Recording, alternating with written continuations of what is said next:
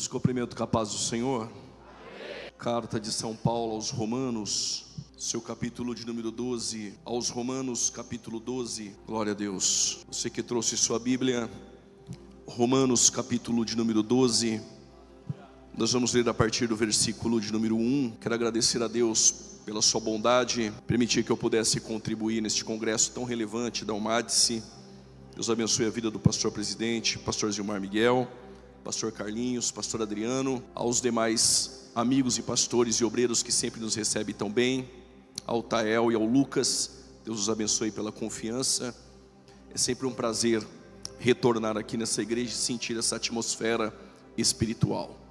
Carta de Paulo aos Romanos, capítulo de número 12, diz assim o texto: Rogo-vos, pois, irmãos, pelas misericórdias de Deus, que vos apresenteis o vosso corpo em sacrifício vivo, santo e agradável. Diga bem forte: vivo, santo e agradável a Deus. Diga mais forte: vivo, santo e agradável a Deus. Que é o vosso culto racional. E não vos conformeis com este mundo, todavia transformai-vos pela renovação do vosso entendimento, para que experimenteis qual seja a boa e agradável e perfeita vontade de Deus. Se você veio aqui essa noite e quer participar da vontade boa, agradável e perfeita de Deus, deixe Ele te transformar. Tome seu respectivo assento em nome de Jesus. Aldersgate é uma rua antiga ali em Londres, e nessa rua estava um missionário. Esse missionário, ele estava um tanto que desanimado, e nessa rua de Londres ele sentou para ouvir uma mensagem. No diário deste missionário, um dia ele foi evangelizar a América, e ele falou no seu coração: estou ganhando os índios a Deus, mas quem ganhará a minha alma? Este missionário estava levando o evangelho a uma tribo indígena. E esse missionário escreve no seu diário: estou indo para a conversão de índios, mas quem irá me fazer converter? E nessa rua de Londres, esse missionário está sentado, e de repente alguém começa a ministrar o prefácio de Romanos, escrito por Martinho Lutero. E John Wesley, ele diz que naquele dia ele sentiu algo que ele nunca havia sentido. Sensível ao toque da graça, ele sentiu seus pecados sendo perdoados. Lendo somente o prefácio, ouvindo o prefácio de Lutero aos Romanos.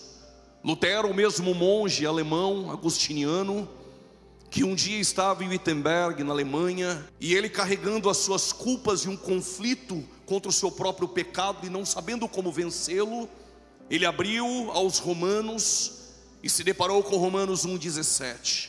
O justo viverá pela fé. As ruas da Inglaterra com John Wesley recebeu um avivamento que varreu toda a Inglaterra. Através de Lutero somos milhares e milhares e milhares que fomos impactados pela mensagem de Paulo aos Romanos, que o justo viverá pela fé.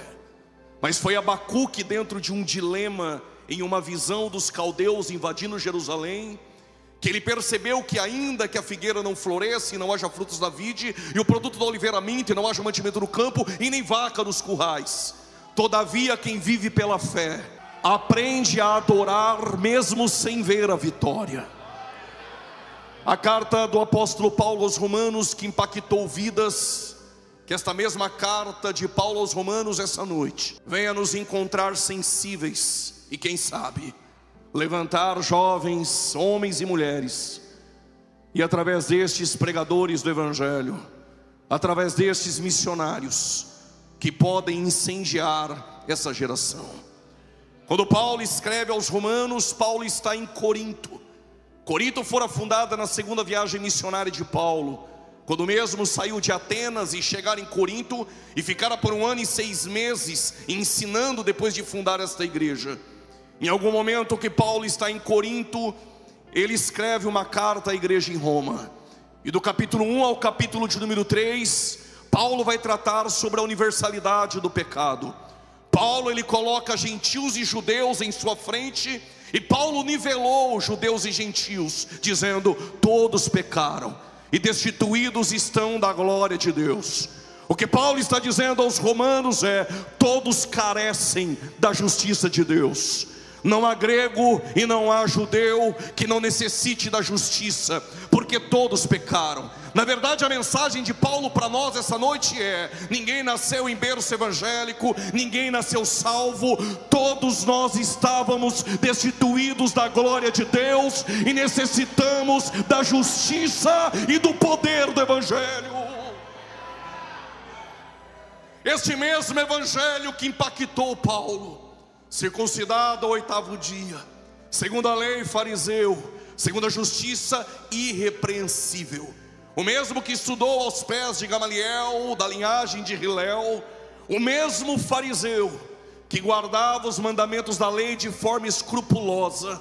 O mesmo que encontrou a graça no caminho de Damasco, e a graça manifestada através da glória do dono da igreja. Paulo é lançado ao chão, porque a graça sabe nos colocar em nossos devidos lugares. E quando Paulo escreve à igreja de Roma, este mesmo Paulo que seria o doutor dos gentios, queria padecer pelo nome de Cristo. Pondera, o mesmo Paulo padeceu. Ele foi perseguido e quase morto em Damasco. Ele foi rejeitado em Jerusalém. Ele foi apedrejado em Listra. Ele foi açoitado em Filipos. Ele foi expulso de Tessalônica, chamado de Tagarela em Atenas. Enfrentou falsos apóstolos em Corinto. Enfrentou as falsas feras em Éfeso.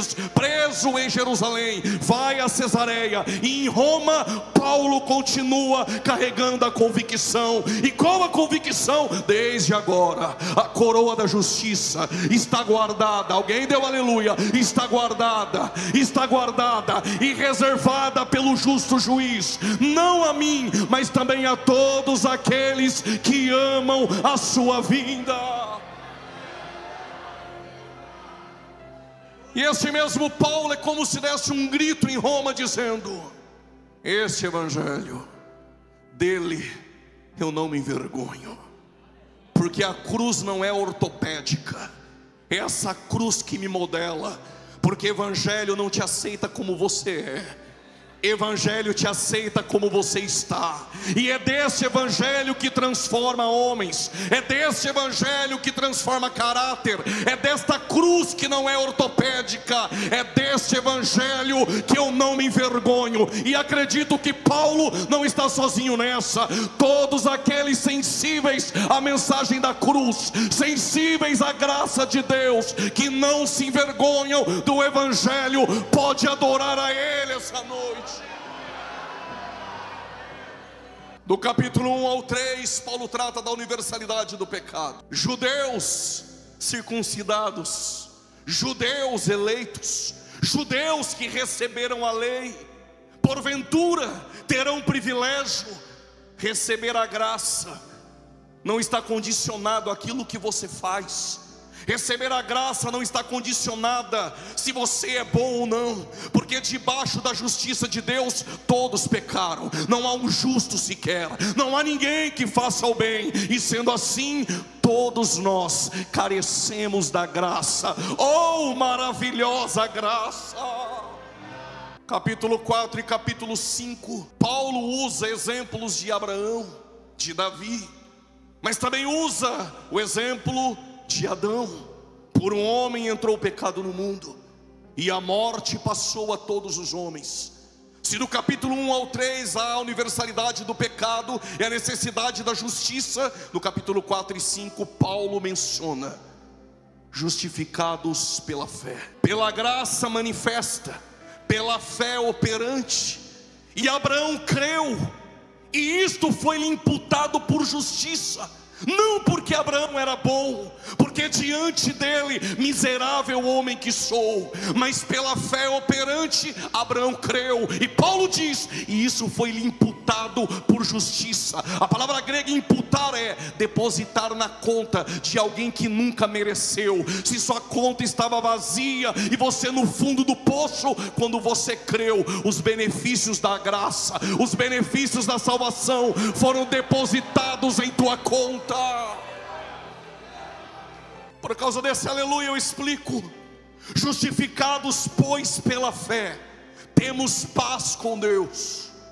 Existem aqueles que têm a paz de Deus, existem aqueles que têm a paz com Deus. O que é a paz de Deus? Estou na tormenta, estou na luta, estou na prova, mas estou tranquilo, eu tenho a paz de Deus.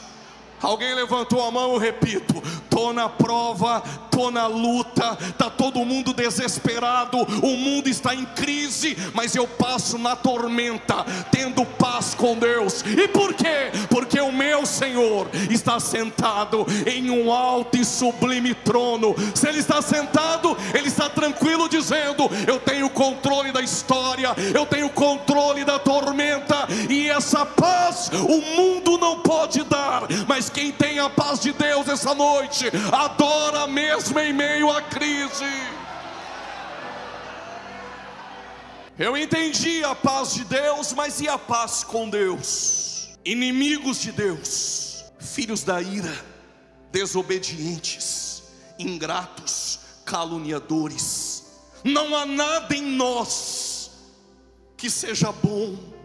Isaías, quando olhou no lixão em Jerusalém, trapos de imundícia, tira as crianças da sala, eram panos que mulheres em seu período menstrual usavam estes panos, e depois de usados, enrolados e lançados ao lixão, cheirava mal, contraía moscas. Quando Isaías olhou, ele disse: assim é o homem sem Deus, trapos de imundícia. Estávamos longe de Deus, estávamos no opróbrio, filhos da ira e da desobediência. Mas teve alguém que no princípio ele era o Verbo, e o Verbo estava com Deus, e o Verbo era Deus, mas Ele se fez carne e habitou no meio de nós, e foi para o madeiro para nos reconciliar. Quem era inimigo de Deus, agora é sensível a Ele, é amigo dEle. Quem é amigo do mundo, diz João, é inimigo de Deus. Mas graças a Cristo Jesus, nós somos reconciliados e temos paz com Deus essa noite. Se do capítulo 1 ao 3, a necessidade da justiça e a universalidade do pecado, do 4 ao 5, a justificação aplicada pela fé operante, pela graça preveniente que habilita o pecador a reconhecer o seu estado de miséria. Mas capítulos 6, 7 e 8, há um drama de Paulo. É uma guerra entre a carne e o espírito. É aquele que vive uma vida de santificação, mas ainda carrega lutas. E por quê? Porque você não se tornou santo por frequentar culto, você não se tornou santo porque você dá oferta, você não se tornou santo porque vestiu a camiseta de sensibilidade, você não se tornou santo por aquilo que você faz. Ele te tornou santo por aquilo que Ele fez por você na cruz. E aqui não há mérito humano, o mérito é todo dele, o mérito está nele no Calvário. Santificados somos nós, e vivemos uma vida de santidade, dependendo do Espírito Santo e da palavra. E sem a santificação ninguém verá a Deus. O dilema de Paulo, ele diz, permita-me dizer isso, Paulo usa uma verdade do casamento, mas para expressar uma luta que existe dentro de nós. E talvez não era uma mensagem para a juventude, mas tentação não respeita tempo de igreja, tentação não respeita ministério ou carteirinha de convenção, tentação vem para adolescente, tentação vem para jovem, tentação vem para os mais idosos. E Paulo, ele usa a figura do casamento e diz: o marido, ele é casado com a mulher. Enquanto eles estão casados, estão ligados pela lei. Mas se o marido abandonar a mulher, ou a mulher abandonar o marido sem que ele morra, e ela for de um outro marido, diz Paulo, ela comete adultério. Que mensagem é essa, pregador, para um congresso como este? Eu explico. Nós também estávamos ligados à lei, ligados à carne. E se a carne não morrer, que é o primeiro marido, e eu me relacionar com o segundo marido sem que morra a carne, é adultério espiritual. O que Paulo está dizendo é: se a carne não morreu, e eu vim para o congresso ficar com Jesus, e amanhã voltar para os braços da carne do mundo, é adultério espiritual. Mas Paulo diz: se o primeiro marido morrer e é a carne, a lei não tem poder mais sobre a tua vida. Aí você pode se relacionar com aquele que ressuscitou dentre os mortos.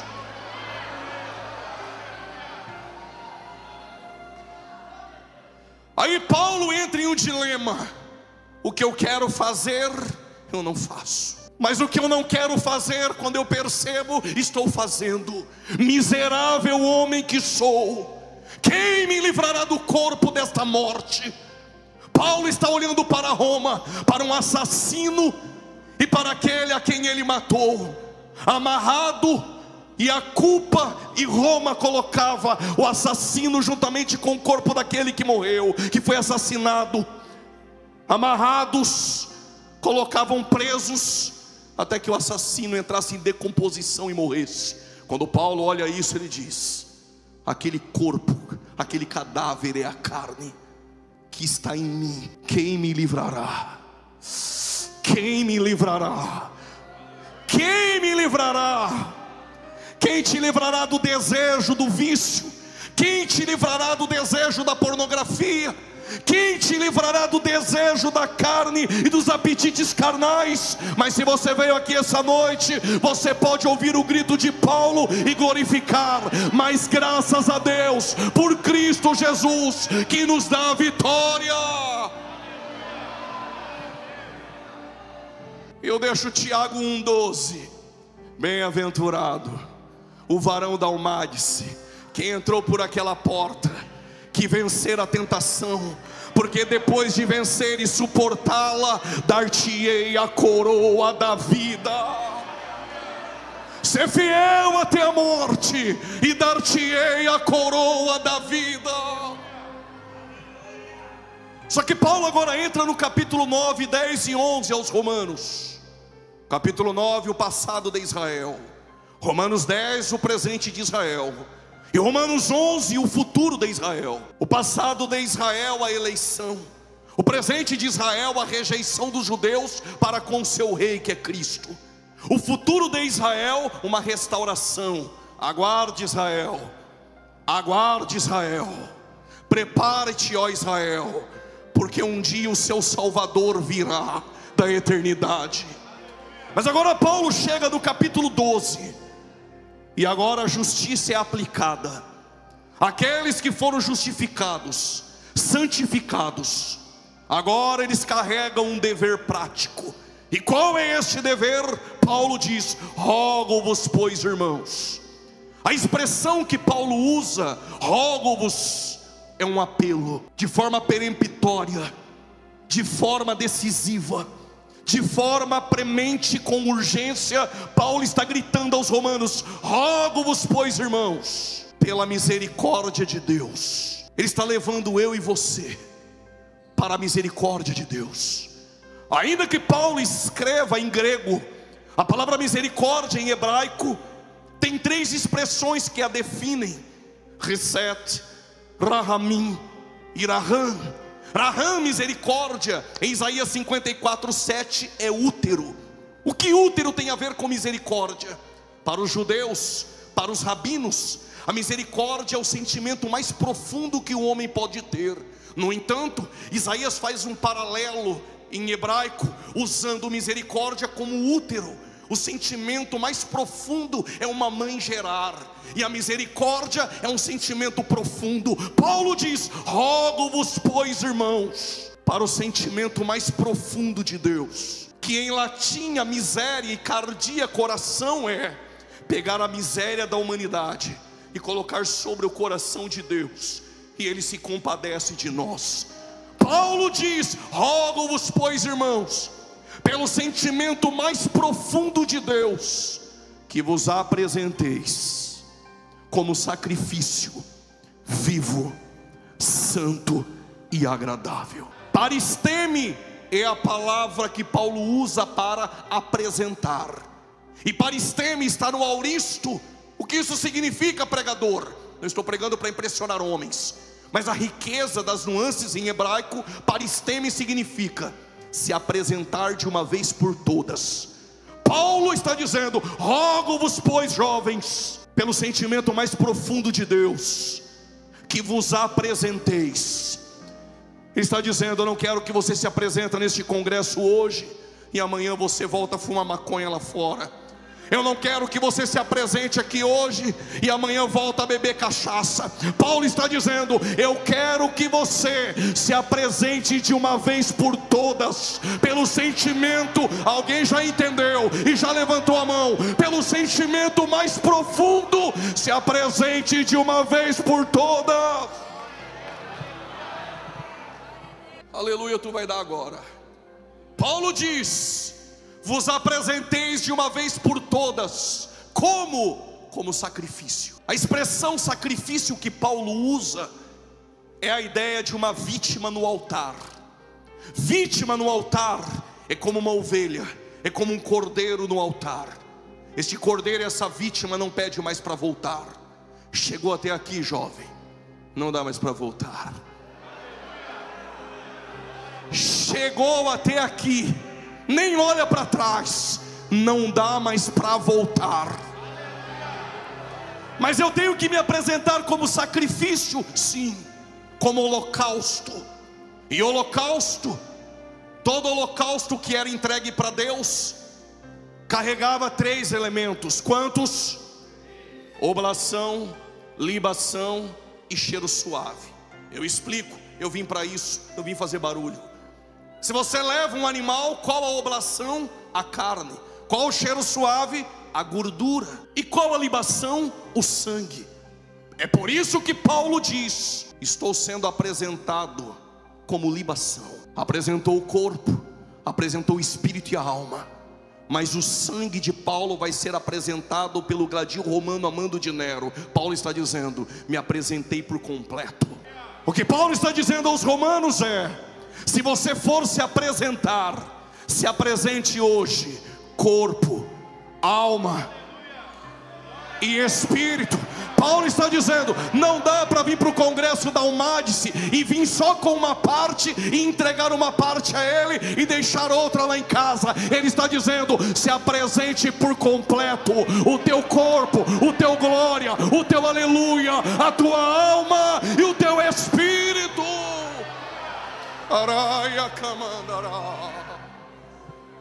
Rogo-vos, pois, irmãos, que vos apresenteis como sacrifício vivo. Quando eu li isso eu fiquei perplexo. Eu vou ter que me apresentar como sacrifício vivo? Sim, pelo sentimento mais profundo de Deus. Se apresente de uma vez por todas. Mas como sacrifício vivo, na Bíblia só tem 2 sacrifícios vivos. O primeiro é Isaac. Abraão pegou o menino, amarrou o menino, colocou sobre o Moriá. Até porque Deus não pede o que é teu, Deus só pede aquilo que Ele dá. Eu vou repetir: Deus não pede o que é seu, Deus só pede aquilo que Ele dá. Por causa daquela mão direita levantada, eu vou explicar. Deus só te pede algo hoje quando ontem Ele já deu. Permita-me sair do contexto. Penina gerou 10 filhos, Deus não pediu nenhum. E por quê? Quem gera segundo a carne, gera sem propósitos. O que é gerado sem propósito, Deus não quer. Tem gente fazendo muito, mas fazendo sem propósitos. Mas conheço uma mulher que lá no culto em Siló,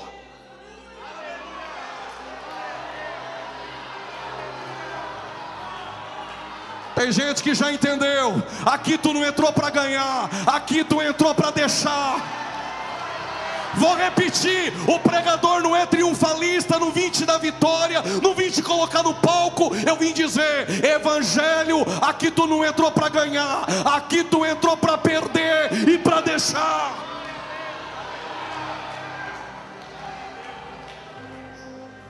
É porque Ana, todo culto ficava igual essa irmã do teu lado: eu quero, Deus não deu. Eu quero, Deus não deu. Outro culto em Siló, Deus não deu. O outro culto em Siló, eu quero, Deus não deu.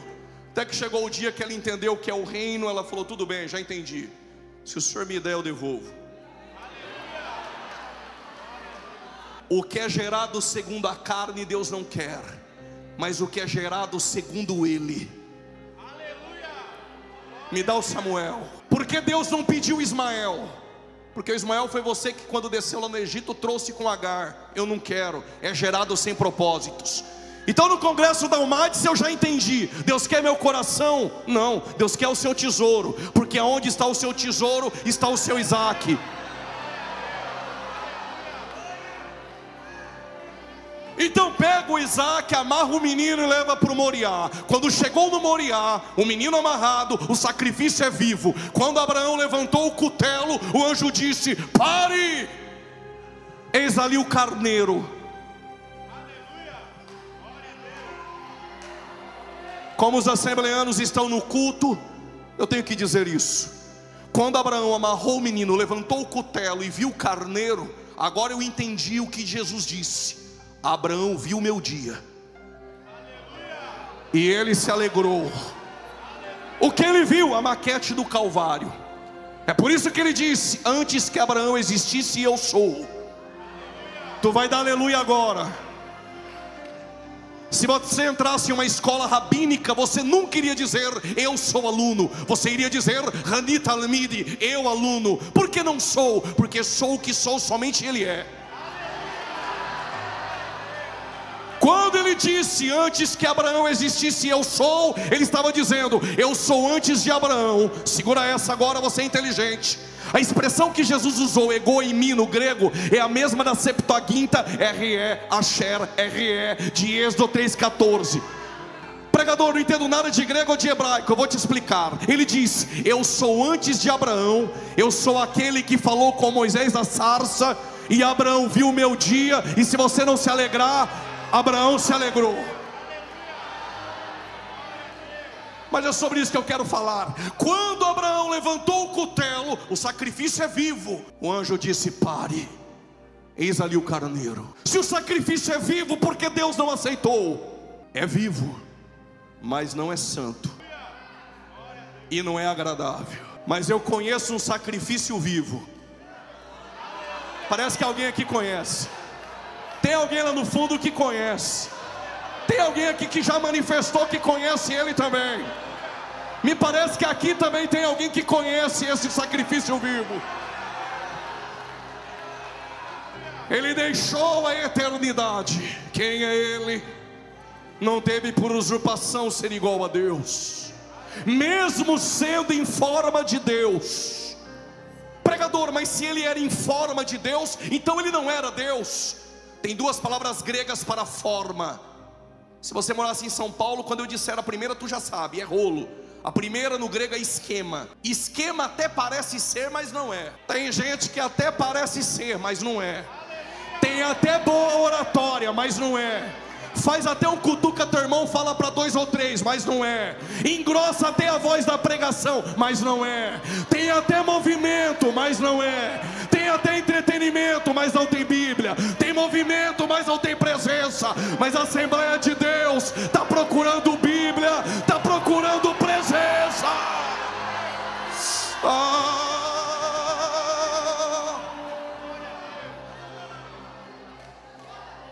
A palavra grega esquema até parece ser um microfone, tem até um formato, mas não é. Mas tem outra palavra grega que é morfê. Morfê é o mesmo formato, a mesma essência. Quando Paulo diz aos Filipenses, sendo em forma de Deus, ele não usou esquema, usou morfê. Ele está dizendo, sendo em forma de Deus, é Deus, continua sendo Deus, para todos sempre é Deus. Esvaziou-se de si mesmo. A palavra esvaziar, kenosis, não é deixar de ser Deus. Abriu mão dos privilégios, foi obediente até a morte de cruz, semelhante aos homens, como doulos, escravo. Sabe o que Paulo está dizendo? Sendo Deus, Ele desceu na degradação humana, entre o pior dos pecadores, eu e você. Mas este sacrifício que vai para a cruz é vivo. A pergunta que permeia essa noite na UMADS é vivo? E Ele é santo? Segundo a Coríntios 5:21, Paulo diz, Ele não cometeu pecado. 1 Pedro 2,22, Pedro diz: nele não há pecado. João 6,69, João diz: ele é o santo de Deus. Hebreus capítulo 4, versos 15: em tudo foi tentado, mas sem pecado. Alguém neste congresso poderia dizer: eu protesto, pregador. E por quê? Porque o Paulo, o Pedro, o João e o autor aos Hebreus, que disseram que ele não tem pecado, que ele é santo, joga no time de Jesus. Então não vale. Então eu vou trazer 4 que jogavam contra. 4 da oposição. Sempre tem oposição. O primeiro, Mateus 27. Judas disse: traí, sangue inocente. Não dê glória não, tá 4-1. A mulher de Pilatos, me perdoe Pilatos pela intimidade, Claudinha Prócula disse: tive um sonho e sofremos por causa do sangue desse justo. Segura o glória, 4-2. Pilatos lavou as mãos e disse: ele é justo. Tem um ladrão na cruz.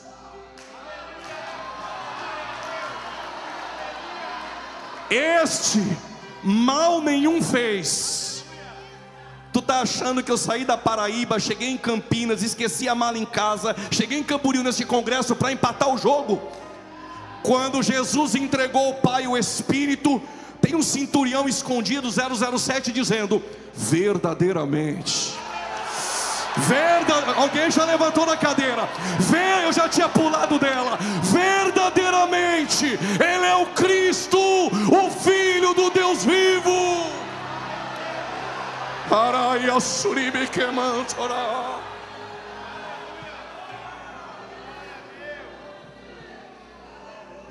Quem é ele?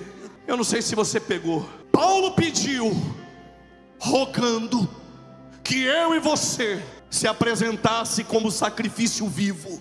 Agora tu entendeu. Tu não apresenta como sacrifício vivo porque tu canta bem.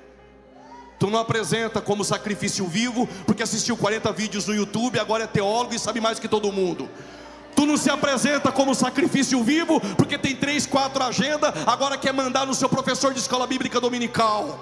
Tu não se apresenta porque você é bom. Tu não se apresenta porque você prega bem. Você só se apresenta hoje porque alguém perfeito se apresentou em nosso lugar. Estou sentindo uma graça essa noite. Aí Paulo diz: este é o culto racional. Culto racional, lógicos, é um culto lógico. Mas o culto racional, Paulo não está dizendo que é só um culto com entendimento, é um culto completo. Mas o culto completo de Paulo é: quando eu me apresento, eu já estou cultuando. Se tu não entendeu, eu explico. Culto para Paulo não começa às 19 horas e termina depois da bênção apostólica. Culto é dentro do Uber. Culto é lá no meu trabalho. Culto é passando roupa. Culto é dirigindo o carro. Culto é tomando banho. Quando eu me apresento a Ele, eu já estou adorando a Ele.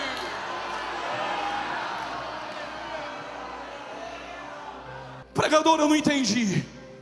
Eu pensei que culto era ensaiar no meio da semana para cantar para homens bater palma no domingo. Tu está enganado, querida. Culto não tem a ver somente com música que eu canto. Culto não tem a ver somente com o hino da harpa que eu decoro. Culto não tem a ver só com cutuca teu irmão e fala para 2 ou 3 ou bate na mão de 10. O culto também é dentro de você. O culto tem a ver com o modo de vida e com o teu testemunho. Como eu não vim para fazer amigos, mesmo que alguém não esteja gostando, eu vou repetir. Culto não é só ensaiar no meio da semana para cantar domingo. Culto é testemunho. Culto é conduta de vida. Culto é viver o Evangelho em sua plenitude.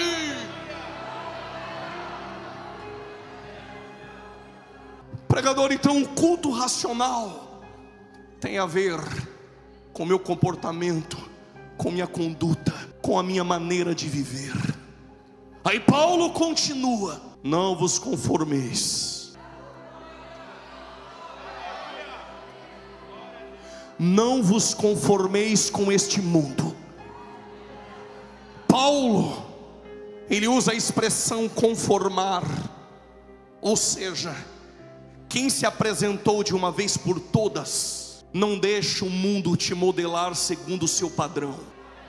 Tem padrão do mundo, mas tem o padrão de Deus. E padrão de Deus, ele não negocia. Tem um crente lá no fundo, eu vou repetir: padrão de Deus não se negocia. Aumentou o número de crentes, eu vou repetir: padrão de Deus não se negocia. Padrão do mundo, Deus é amor, então eu cultuo do jeito que eu quero. Deus é amor, então eu faço o que eu quero. Aliás, a motivação é boa. Quem ensinou você isso para você ensinar aos jovens? Deus não trabalha com boas motivações, Deus trabalha com princípios. Eu queria manter isso positivamente, mas eu não aguento. Intenção boa, lá vem ele, segundo o coração de Deus, ungido na casa do Pai, ungido em Judá, ungido em Israel.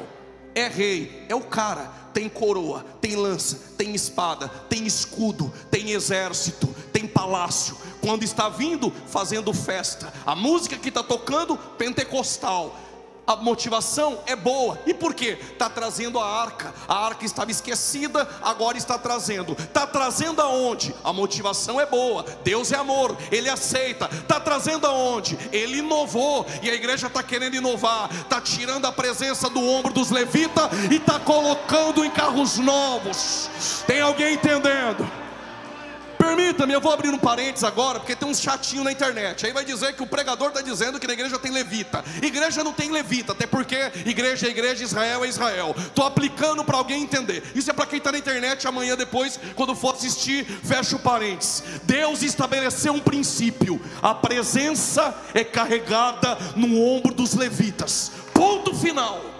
Agora vem Davi, está inovando, carro novo, boi novo, a igreja está lotada, está cheio de jovens lá, é novo, está atraindo. E a música é boa. Quando ouço, até lembro do meu passado, me faz até chorar. E lá vem Davi fazendo festa. Na era de Nacon, não tem pedra, não tem buraco. Como que os bois tropeçaram? Era Deus dizendo: Davi, tua intenção é boa, mas o princípio foi quebrado. Deus colocou o pé na frente dos bois na era de Nacon e disse: pare a festa,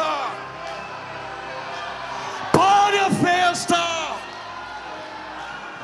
Está pulando, falando em línguas, mas está fazendo o que é errado, está quebrando o princípio. Não estou nem aí com a sua boa motivação. Deus não deixa quebrar princípios.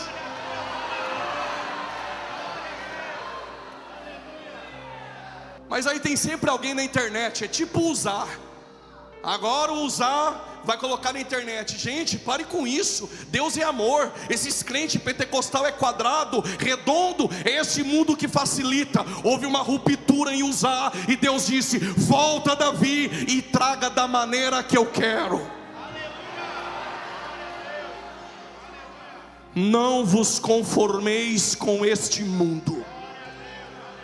Não deixe o mundo te padronizar. A ênfase e a máxima essa noite é: eu não permito que o mundo me padronize. Por quê? Porque eu fui transformado. Alguém sensível já entendeu e levantou a mão direita? Eu vou repetir nesse púlpito: o mundo não vai me padronizar, porque eu fui transformado. Eu sou pregador, mas eu também gosto do ensino. A palavra transformar que Paulo usa é metamorfô. Sabe a metamorfose? A palavra metamorfô é a mesma no Monte da Transfiguração, em Marcos 9, Lucas 9, Mateus 17. Quando Jesus foi transfigurado, a expressão é metamorfô. Nós não nos padronizamos no formato do mundo. Por quê? Porque nós somos transformados de dentro para fora. De dentro para fora. De dentro para fora. De dentro, só quem foi transformado. De dentro para fora. Enquanto quem foi padronizado no padrão do mundo está dizendo lá fora, a Bíblia precisa ser atualizada. Quem foi transformado está gritando: ela é inerrante, inspirada, inexorável, irrefragável, absoluta. Enquanto quem não foi transformado e foi padronizado no padrão do mundo está dizendo lá fora: Deus agora é mãe. Mas quem foi transformado está dizendo: a minha Bíblia diz que Deus é Pai, Abba Pai, Ele é Pai. Enquanto o mundo lá fora está gritando, padronizado, dizendo: menino pode colocar calça apertada, falar como menina e pode namorar menino. Quem foi transformado está dizendo: Deus fez macho e fêmea, macho e fêmea. Araia cama. Só quem foi transformado pode adorar a Ele.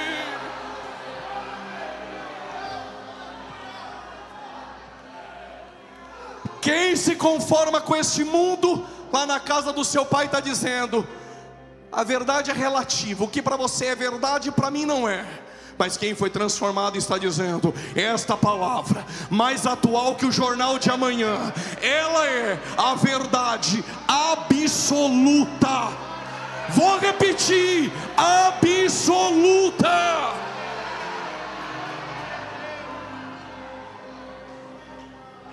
Enquanto lá na universidade as pautas comunistas impregnam a cabeça dos jovens, e quem foi padronizado pelo padrão do mundo está aceitando, mas quem foi transformado está levantando uma bandeira hoje dizendo: eu não me envergonho.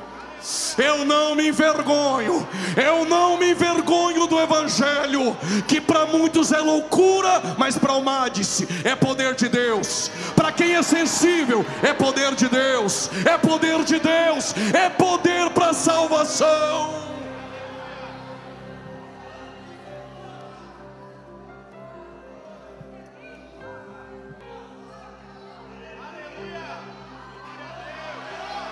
Tem os transformados aqui.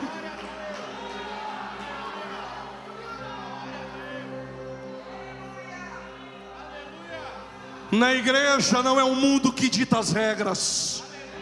Na igreja, aquela que é suficiente, absoluta, é que dita a palavra de Deus. Passa céus, passa terra, mas a palavra permanece.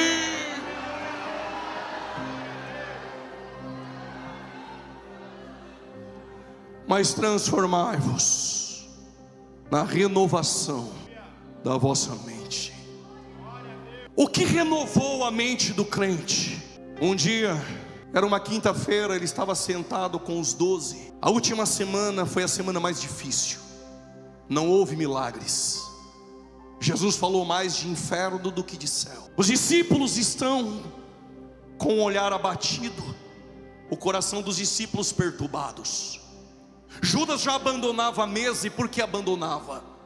Porque Jesus disse que iria para a cruz. O que Judas esperava, pastor Gilmar, era um gabinete com ar-condicionado, uma mochilinha do lado, e tinha que marcar atendimento com ele. Mas quando entendeu que evangelho é renúncia e cruz, abandonou o barco e foi embora. Deixa abandonar o barco quem nunca foi dos nossos. Alguém levantou a mão, tem que ser homem para levantar essa mão. Deixa abandonar o barco quem nunca foi dos nossos. Aí Jesus olhou para os discípulos. Eles sabem que o nome mais falado em Jerusalém, a prisão, é o de Jesus. E pairou um silêncio como esse. Eu também gosto desse silêncio. Aí Jesus olhou para eles e disse: não se turbe o vosso coração. Crede em Deus e também em mim. Na casa de meu Pai há muitas moradas.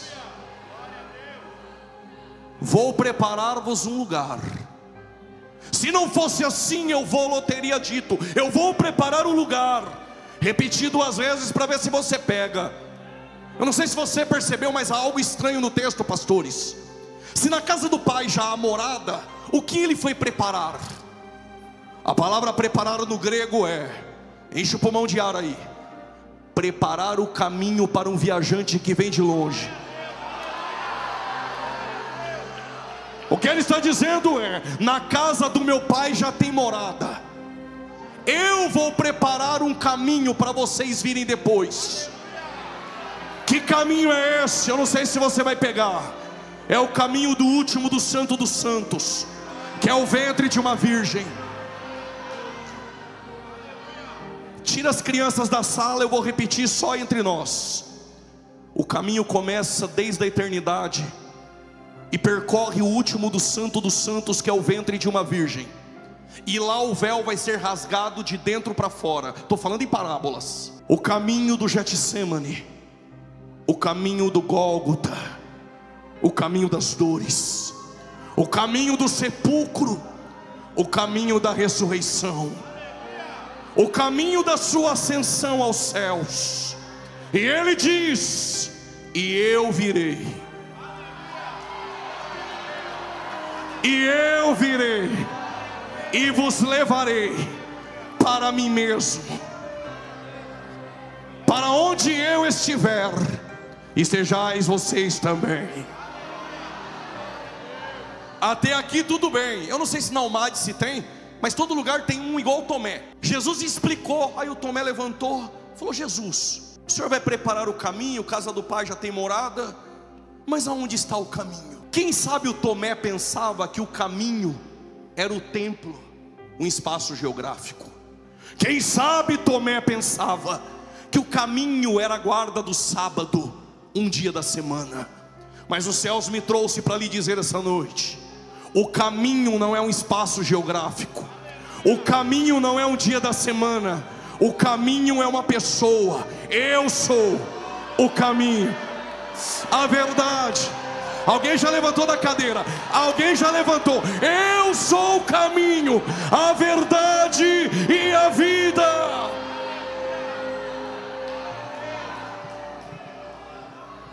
Se não bastasse o Tomé, parece aula de teologia, vou parafrasear. Filipe levantou a mão: então nos apresenta o Pai. Aí Jesus falou: Filipe, quem vê a mim vê o Pai.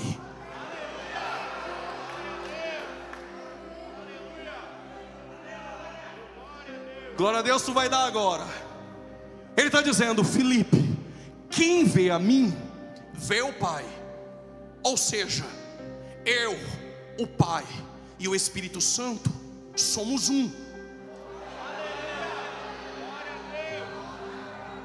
Mas eu vou subir a súbita aos céus e vou deixar alguém para que vocês sejam um, assim como nós somos um. Eu irei, mas não te deixarei órfão, jovem. Está com crise de identidade, aquele quarto que te escraviza à noite. Eu não te deixei órfão. Estou indo para o meu Pai, mas vou deixar o outro Consolador. A palavra outro pode ser no grego héteros ou alos. Ou seja, Gálatas 1:8. Se alguém subir no púlpito da tua igreja falando bonito, mesmo que tenha seguidores, marketing, compartilhamento, mesmo que tenha inscritos no canal, mesmo que seja boa pinta, mesmo que seja aquele que alegra a plateia, se ele trouxer um outro evangelho, seja anátema. A palavra outro que Paulo usa é héteros, é outro de outra espécie.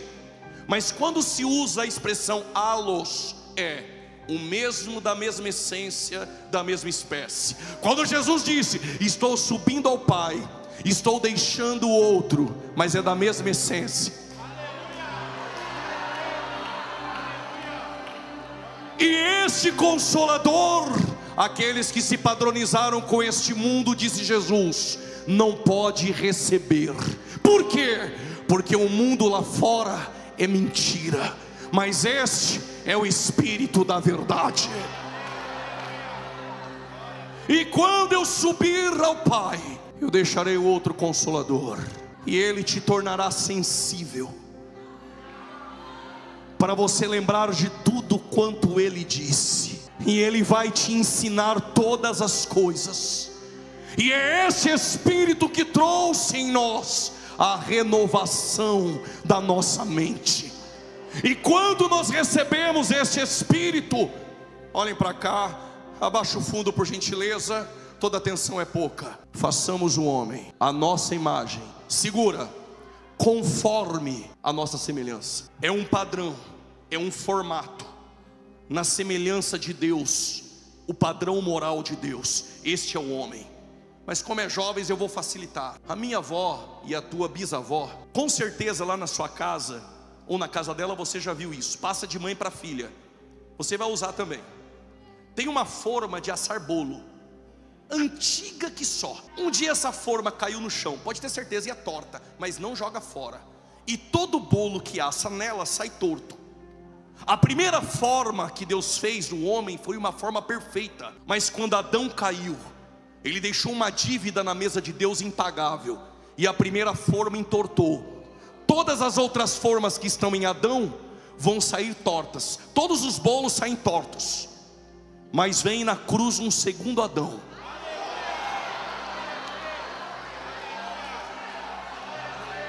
E essa forma perfeita, santa e agradável, e todos que nele crê terão uma forma que estava deformada, agora transformada, padronizada no padrão dele. Esta é a renovação da nossa mente. Para você entender melhor, Paulo diz: Ele nos libertou e nos transportou. Segura, transportou é mitisteme, significa remover de um lugar e levar para outro. Ou seja, Deus não te leva para um ambiente sem que antes Ele não tenha preparado. Ele colocou Adão num ambiente perfeito. Quando a forma entorta, ele sai desse ambiente e vai para um ambiente de trevas. Mas agora vem uma outra forma perfeita. Para quê?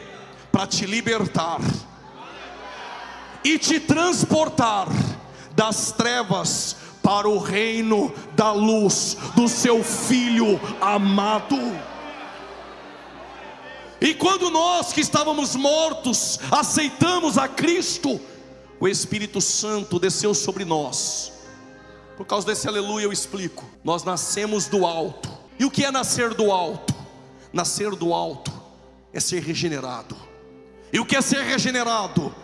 Eu tinha uma deformidade, agora eu participo da mesma forma. Agora sou participante de uma nova natureza. E aqui eu encerro Pedro dizendo, Pedro usou uma metáfora para aqueles que foram gerados. Por isso que eu disse uma vez, se nessa vida você nascer uma única vez, tu morrerá duas vezes. Mas se você nascer duas vezes, tu morrerá uma. Eu sei que vai demorar para pegar um pouquinho, enquanto isso eu repito. E não se envergonhe se você não pegou, porque o Nicodemos morreu, talvez nem pegou. Se nessa vida você nascer uma única vez, tu morrerá duas. Mas se nascer duas, morre uma. Pela misericórdia de Deus eu explico. Esquece berço evangélico, não tem Camboriú para vender, não tem em São Paulo, em lugar nenhum do mundo. Todos nós nascemos mortos. Se você nascer uma única vez do ventre da mãe, tu morre duas. Porque um dia morre fisicamente e um dia recebe o dano da segunda morte, a morte eterna.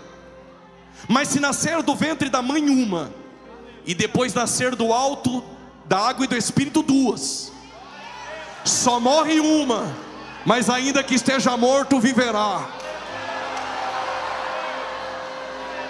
Como os assembleanos chegaram 5 para as 22 horas, eu tenho uma boa notícia. E tem uma geração que não vai morrer nenhuma.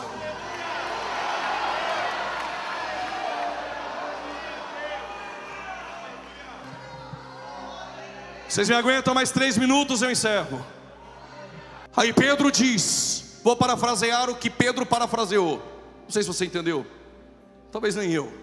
Pedro diz, se pegar uma porquinha, levar para dentro do seu condomínio, aqui em Bombinhas, dar um banho nela, talquinho, lacinho, e colocar nominho nela, e deixar dentro do seu quarto, O dia que a porquinha escapar, Pedro diz, volta para a lama. Aí Pedro diz, se pegar um cachorrinho, um maltês, dar um banho no pet, lacinho, nominho, levar para passear, fazer xixi lá fora, enfim, no dia que ele comer algo e passar mal, sabe o que Pedro disse?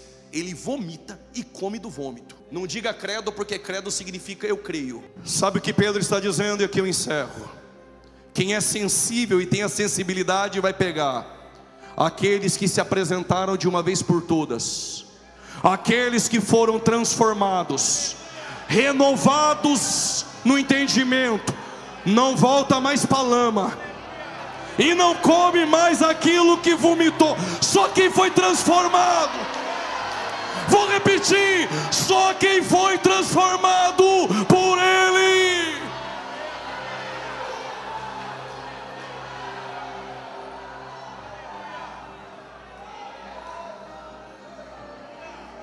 A gente se encontra em Gideões.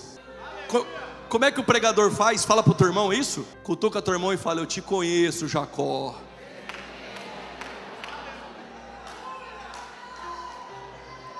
Coloque-se de pé, por gentileza.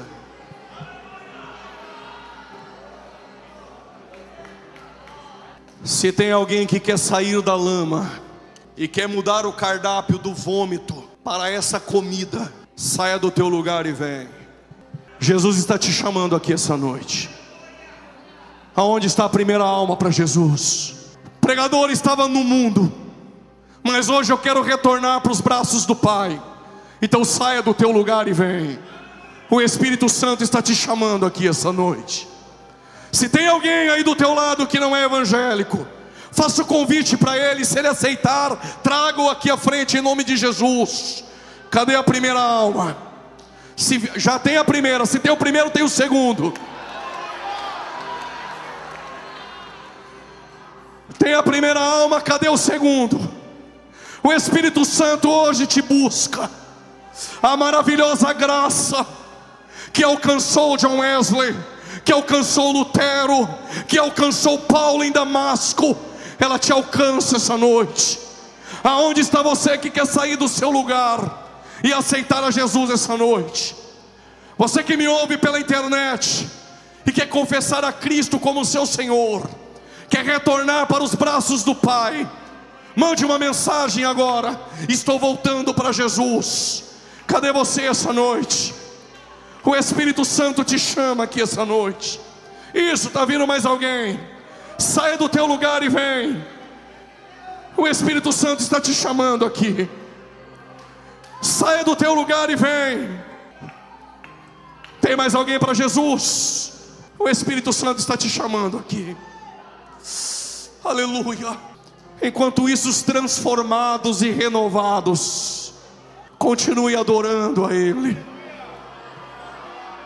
Tem mais gente chegando aqui aonde você está. Pregador, eu vim para esse congresso frio. Então seja renovado agora em nome de Jesus. Seja renovado agora em nome de Jesus. Seja renovado agora em nome de Jesus.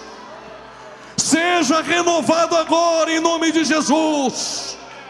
O Espírito da verdade te chama. É Ele que convence o homem do pecado, da justiça e do juízo. Aonde está você essa noite? Receba o renovo do alto essa noite. Receba o renovo dos céus essa noite. A Deus toda a glória. Mais alguém para Jesus essa noite? Vou entregar o microfone. Mais alguém para Jesus? Saia do teu lugar e vem. Estenda suas mãos para cá, nós vamos orar. Senhor nosso Deus e Pai, em nome do teu Filho Jesus, o nosso Senhor, nós queremos te agradecer essa noite pela tua presença em nosso meio. Nós queremos te agradecer essa noite no congresso da Almadice, por termos vivido os dias extraordinários da tua presença, por o Senhor ter usado pregadores que passaram por este púlpito. Mas eu acredito em pregadores que estão no meio dessa geração. Eu acredito em missionários e missionárias que estão aqui essa noite e serão levantados por ti.